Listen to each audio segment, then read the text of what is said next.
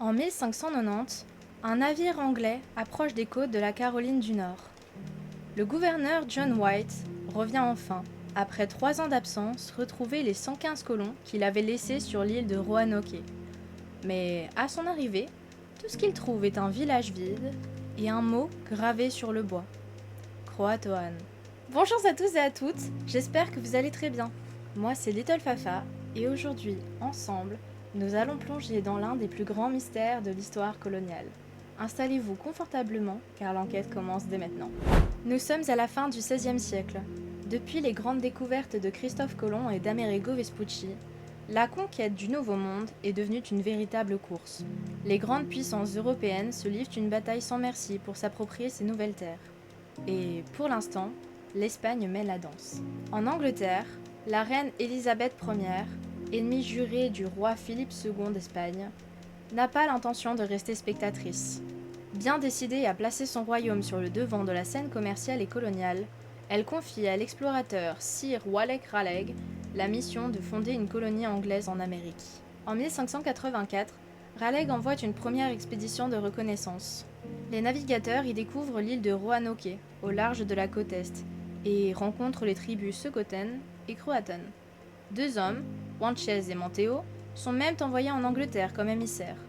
Le succès de cette mission est tel que la reine proclame Sir Walter Raleigh gouverneur de cette nouvelle terre, baptisée Virginia, et autorise une nouvelle expédition. En 1585, un contingent entièrement masculin dirigé par Ralph Lane s'installe à Roanoke. Cette présence a aussi un objectif politique clair, défier ouvertement les revendications de l'Espagne, alors que les tensions sont à leur comble. Mais très vite, les relations avec les tribus locales se dégradent, jusqu'au drame. Les colons assassinent le chef des Socotans, Virginia, se coupant ainsi de leurs principaux alliés. Dès lors, la survie devient un combat. La nourriture manque, et certains, en cherchant à négocier avec les autochtones, trouvent même la mort.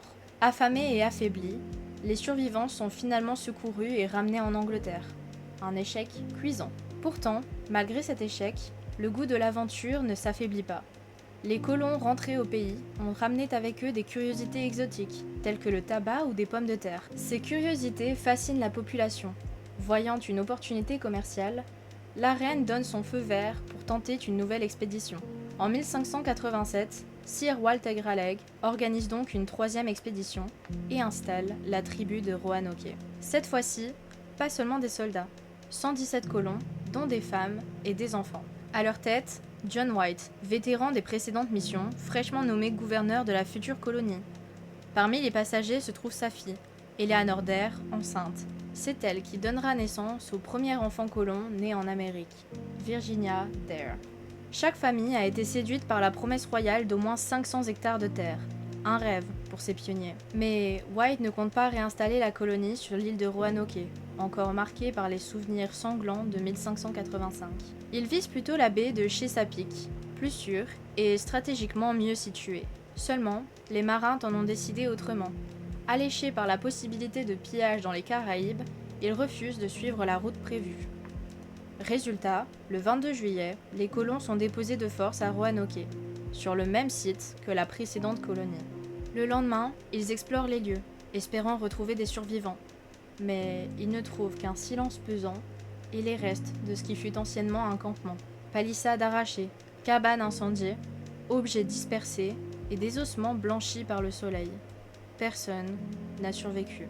Les Socotans, déjà ennemis des Anglais depuis le meurtre de leur chef, Virginia, n'ont rien oublié. La tension monte d'un cran lorsque le bras droit du gouverneur est retrouvé assassiné sur la plage. Pour éviter une guerre ouverte, White fait appel à un allié précieux, Manteo, chef des Croatoan, une tribu amicale envers les Anglais. Les Croatoan acceptent d'accueillir les Anglais sur l'île de Roanoke et leur promettent protection. Pendant quelques semaines, la vie semble presque paisible. White peint des scènes du quotidien autochtone et cartographie la région avec une telle précision que ces cartes seront encore utilisées près de 2 siècles plus tard. Mais l'enthousiasme des débuts ne dure pas. Les récoltes se révèlent maigres, les réserves s'épuisent et les relations avec les tribus locales se tendent. Les Amérindiens, déjà inquiets de voir leurs propres ressources diminuer, ne sont plus aussi enclins à partager leur nourriture avec les colons. La survie devient un combat quotidien. Face à cette situation critique, les habitants de Roanoke prennent une décision désespérée. Envoyer leur gouverneur, John White, en Angleterre pour solliciter de l'aide auprès de la reine Élisabeth Ier et obtenir un navire de ravitaillement. Le 27 août 1587, White quitte l'île, ignorant que ce sera la dernière fois qu'il apercevra les visages des 118 colons, parmi lesquels se trouve sa propre fille, ainsi que sa petite-fille, Virginia, née à peine quelques semaines plus tôt. Mais en Angleterre, le destin prend une tournure dramatique. À peine arrivé à Londres en novembre, White apprend que la menace de l'armada espagnole plane sur le royaume. La reine ordonne que tous les navires restent au port afin de participer à la défense du pays. Impossible, dans ces conditions, de retourner immédiatement à Roanoke. L'hiver venu, un espoir se dessine. L'explorateur Sir Richard Grenville obtient une dérogation pour mener une flotte dans les Caraïbes afin de harceler les Espagnols. White reçoit l'autorisation de l'accompagner à bord d'un navire de ravitaillement. Le départ est prévu pour mars 1588. Mais les vents contraires immobilisent la flotte, et lorsque les ordres changent à nouveau, Grenville doit rester pour protéger les côtes anglaises. Finalement, 2 petits navires, jugés inaptes au combat, sont confiés à White afin qu'il puisse tenter le voyage vers Roanoke. Le 22 avril 1588, il reprend enfin la mer. Mais la traversée tourne vite à la catastrophe. Au lieu de suivre leur route, les capitaines anglais s'attardent pour capturer des navires espagnols. Puis, le 6 mai, près des côtes marocaines, une attaque de pirates français coûte la vie à une trentaine d'hommes. Les réserves destinées à la colonie sont pillées. White n'a plus d'autre choix que de rebrousser chemin. Les années suivantes, la guerre navale contre les Espagnols mobilise toutes les forces anglaises. White est contraint de patienter, rongé par l'inquiétude. Ce n'est qu'en 1590, 3 ans après son départ, qu'il pourra enfin repartir vers Roanoke. Le 18 août 1590, jour du 3e anniversaire de sa petite-fille, Virginia, le gouverneur accoste sur l'île. Mais, à son grand étonnement, le village est complètement désert. Pas un corps, pas une trace de lutte. Seul vestige, un mot gravé sur une palissade, en lettres capitales. Croatoan. L'inscription gravée sur la palissade de Roanoke ne laisse aucun doute à John White. Les colons ont quitté l'île pour Croatoan, une terre située à environ 80 km au sud, habitée par une tribu avec qui ils entretenaient de bons rapports.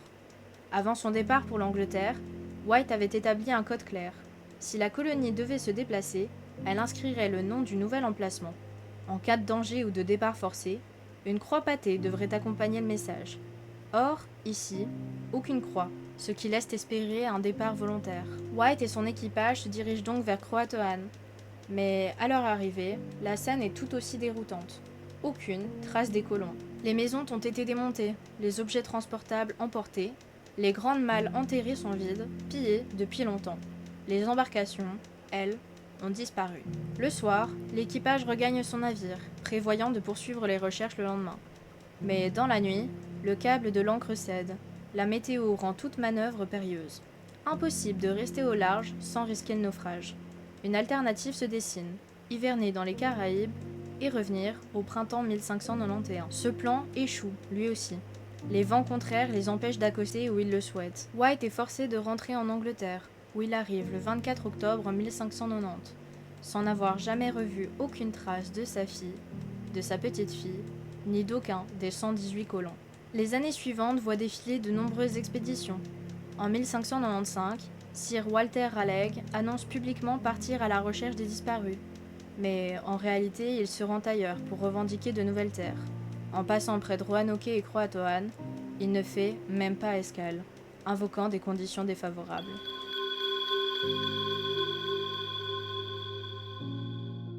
Malgré le manque de preuves, la théorie selon laquelle les colons auraient rejoint une autre tribu reste celle jugée la plus crédible par les historiens, et certains témoignages semblent aller dans ce sens. 2 explorateurs racontent avoir découvert des traces de vie anglaise dans des villages amérindiens, et l'un d'eux affirme même avoir croisé des individus aux traits clairement européens. Puis il y a les découvertes archéologiques, une poignée d'épées, des bols brisés, et surtout un fragment de tablette en ardoise, accompagné d'un stylet en plomb. Dans un coin, une petite lettre M est gravée. Une plaque similaire, mais bien plus grande, a d'ailleurs été retrouvée à Jamestown. Pour un ancien archéologue, cela ne pouvait appartenir qu'à quelqu'un sachant lire ou écrire. Inutile pour le commerce, mais typique d'un Européen instruit. Pourtant, deux gros problèmes viennent tout remettre en question. Tout d'abord, dater ces artefacts avec précision est extrêmement compliqué. Et surtout, il faut savoir que les tribus amérindiennes récupéraient tout objet laissé derrière par les Européens. Même une simple bouteille en verre pouvait être transformée en tête de flèche. Autrement dit, la présence de ces objets ne prouve en aucun cas que les colons de Roanoke étaient là. Mais pour certains, il n'est même pas question d'intégration ou de cohabitation pacifique.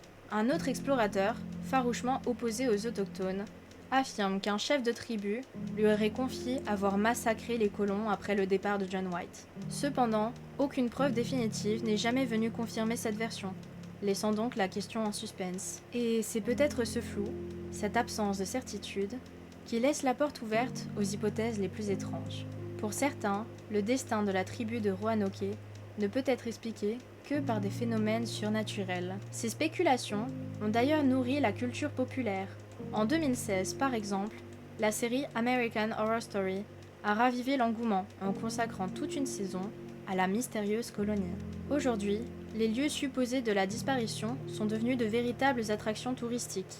Les visiteurs peuvent enfiler des costumes du XVIe siècle, arpenter la réplique du fort abandonné et même passer la nuit dans un hôtel qui se revendique hanté par les colons. Malgré les siècles, la disparition de la tribu de Roanoke reste un mystère entier.